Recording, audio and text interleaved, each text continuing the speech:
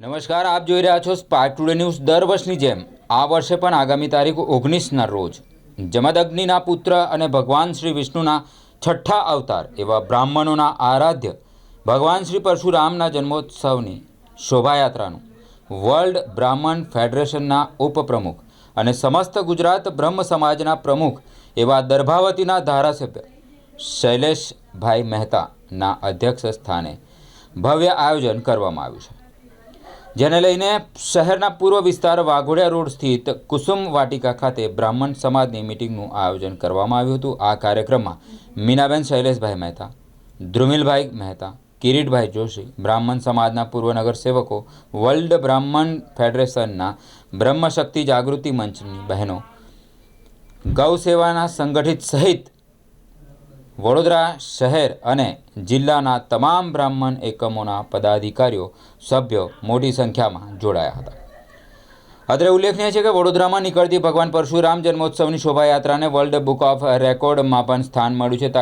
તારીખ 19 એપ્રિલના રોજ સાંજે 5 કલાકે સૂર્યનગર ગરબા ગ્રાઉન્ડથી શોભાયાત્રા નીકળશે, જે આયુર્વેદિક 3 રસ્તા, પાનીગેટ ન્યાય મંદિર, સુરસાગર થઈ જ્યુબિલી બાગ સ્થિત મહાદેવ મંદિર ખાતે સંપન્ન થશે। બનારસી ગંગા આરતી કરનાર બ્રાહ્મણો, વક્રતુંડ ઢોલ ત્રાસા, ત્રિમલી ગ્રુપ સહિત અન્ય મંડળોના શોભાયાત્રામાં જોડાશે। બ્રાહ્મણ બહેનો અને ભાઈઓ સહિત સૌ બ્રાહ્મણો અને અન્ય સનાતન હિન્દુ સંગઠનોના શોભાયાત્રામાં જોડાશે। આજે ધારાસભ્ય અને બ્રહ્મ સમાજના પ્રમુખ શૈલેષ મહેતા ગાંધીનગર હોય તેમની ઉપસ્થિતિમાં આ મિટિંગની અધ્યક્ષતા મીનાબેન મહેતાએ કરી હતી।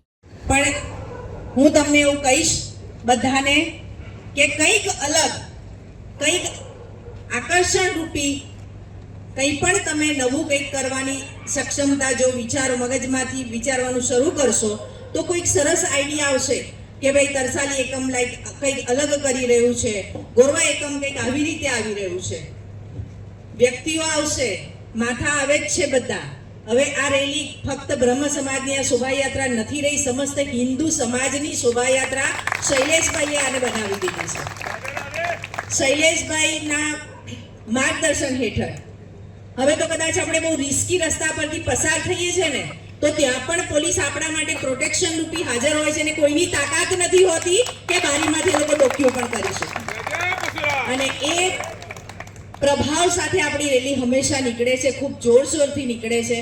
આપણી રેલીના રૂટ અને એનું જે ક્રમ છે એ તો બધો જ આપણો જે છે, પણ આ વખતે આપણે પરશુરામજીને ઓવરટેક નથી કરવાના।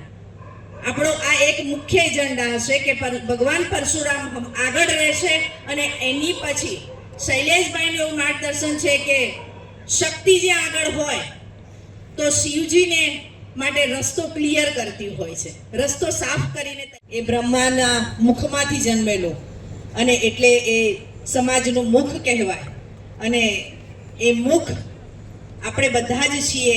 એ વાતને આજે યાદ કરીને ખૂબ ખુશી સાથે તમને બધાને પણ ખૂબ અભિનંદન આપું છું કે આપણે 31 વર્ષથી આ શોભાયાત્રા જે વર્લ્ડ બુક ઓફ રેકોર્ડમાં પણ સ્થાન મેળવી ચૂકી છે, એ વડોદરાની શોભાયાત્રા, એની ખાલી વડોદરા નહીં, સમસ્ત ગુજરાત અને ગુજરાતની બહારના બ્રાહ્મણો પણ એની રાહ જોતા હોય છે કે શૈલેષભાઈની શોભાયાત્રા લહેરીપુરા ગેટની આગળ ભગવાન પરશુરામજીની મૂર્તિને સરસ રીતે ત્યાં ઊભી રાખી અને પાછળ ખૂબ સરસ ફાયર ક્રેકર્સથી ડેકોરેશન સાથેની ભવ્ય આરતી કરી હતી, જે ગંગાના કિનારે આરતી થાય છે। બનારસથી આખું ગ્રુપ આ વખતે પણ આરતીમાં આવવાનું છે, પણ એ આરતીનું આયોજન હવે કોઈક થોડાક આગળના રસ્તા પર કરવાનું વિચારી રહ્યા છે યુવા નેતાઓ। આપણા ઐતિહાસિક ઇમારતો છે જેને ખૂબ બધા વર્ષો થયા, એને જો વોલ્યુમ કે વાઇબ્રેશનથી પણ એને નુકસાન થતું હોય છે, તો ગયા વર્ષે આપણે એ પણ તકેદારી રાખી હતી કે જમનાબાઈ હોસ્પિટલથી આપણે ડીજે સિસ્ટમને બંધ કરી અને ઘડિયાળી બોર્ડ પછી જ આપણે ડીજે સિસ્ટમને શરૂ કર્યું હતું। તો આ વખતે પણ એ બધી જ આપણી વડોદરાની ઐતિહાસિક ધરોહરને નુકસાન ના થાય એ વસ્તુનું પણ આપણે એટલી સરસ રીતે કાળજી રાખીશું। અને ત્યાં આગળ આપણે વક્રતુંડનું જે ગ્રુપ છે, જે મહારાષ્ટ્રીયન ભાઈઓ અને દીકરીઓ બહેનો જે મોટા મોટા ડ્રમ સાથે લોકો સર્કલ ફ્રેન્ડ સર્કલ પણ આમાં જોડાતું હોય છે. સમસ્ત હિન્દુ સમાજના દરેક બહેનો આની અંદર જોડાતા હોય છે. તો એ બહેનો 2 વ્હીલર પર પહેલા આગળ નીકળશે. એના પછી યુવા મોરચાના ભાઈઓ એટલે કે રવિભાઈનું અને રુદ્રાક્ષભાઈનું ગ્રુપ છે, એ લોકો દરેક 2000 થી વધારે બાઇક, રવિભાઈનું હંમેશા પ્રોમિસ હોય છે અને એ પ્રોમિસ પાડીને બતાવે છે કે 2000 યુવક ભાઈઓ બાઇક લઈને નીકળતા હોય છે. એની સાથે જયભાઈ ગવારીકર, જે શૈલેષભાઈને સોસાયટીમાં જ મોટા થયા છે, ઉછર્યા છે, અમારા દીકરા છે એવા જયભાઈ, ગયા વખતે પણ એમણે ખૂબ સુંદર પ્લોટ રજૂ કર્યો હતો અને આ વખતે પણ રામ લક્ષ્મણ જાનકી અને રામ ભગવાનના જીવનમાં પરશુરામજીએ જે વાર્તાલાપ કર્યો છે, જે એક સંવાદ છે, એનું એ પ્લોટ મૂકવાના છે આ વખતે. તો દર વખતે લોકો હવે રાહ જુએ છે. શોભાયાત્રા તો દરેક સમાજની નીકળતી હોય છે, પણ એમાં નવીન શું છે, અટ્રેક્ટિવ શું છે, આકર્ષણ શું છે, તો એ નવા આકર્ષણો ઊભા કરવાનું કામ આપણું હવે રહ્યું છે.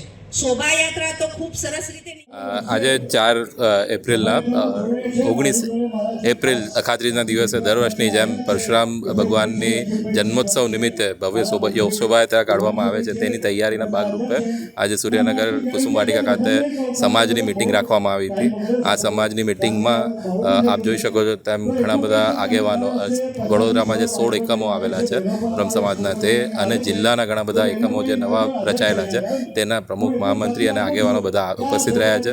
અને સાથે સાથે બ્રાહ્મણ કોર્પોરેટરો અને સનાતની હિન્દુ સમાજના અન્ય આગેવાનો અને સંસ્થાઓ જે આ શોભાયાત્રામાં દર વખતે જોડાય છે અને નવી સંસ્થાઓ જે જોડાવા જઈ રહી છે, તે બધાના આગેવાનો આજે આવ્યા છે. અને શોભાયાત્રા ભવ્યથી ભવ્ય રહે, દર વખત કરતાં પણ આ વખતે વધારે યુવાનો જોડાય, બીજી સંસ્થાઓ જોડાય, તે રીતે પ્લાન કરવામાં આવી રહી છે. આપણા વડોદરાને આ શોભાયાત્રા વધુ શોભાવે તેવી રીતે પ્લાન કરવામાં આવી રહી છે. ઢોલ, નગારા, ડીજે અને અલગ અલગ વેશભૂષાઓ, અલગ અલગ ફ્લોટ્સ એની સાથે પ્લાન કરવામાં આવી રહ્યા છે. અને આપના માધ્યમ થકી આ 19મીએ અખાત્રીજના દિવસે જે શોભાયાત્રા છે તેમાં મોટી સંખ્યામાં આપ જોડાઓ એવી સર્વે વડોદરા નગરજનોને અપીલ કરું છું. અને આ શોભાયાત્રા બહુ શાંતિપૂર્વક કેવી રીતે પૂરી થાય અને એમાં એક ભગવામય વાતાવરણ ઊભું થાય આખા વડોદરા શહેરમાં, તેની પણ તકેદારી લેવામાં આવી રહી છે.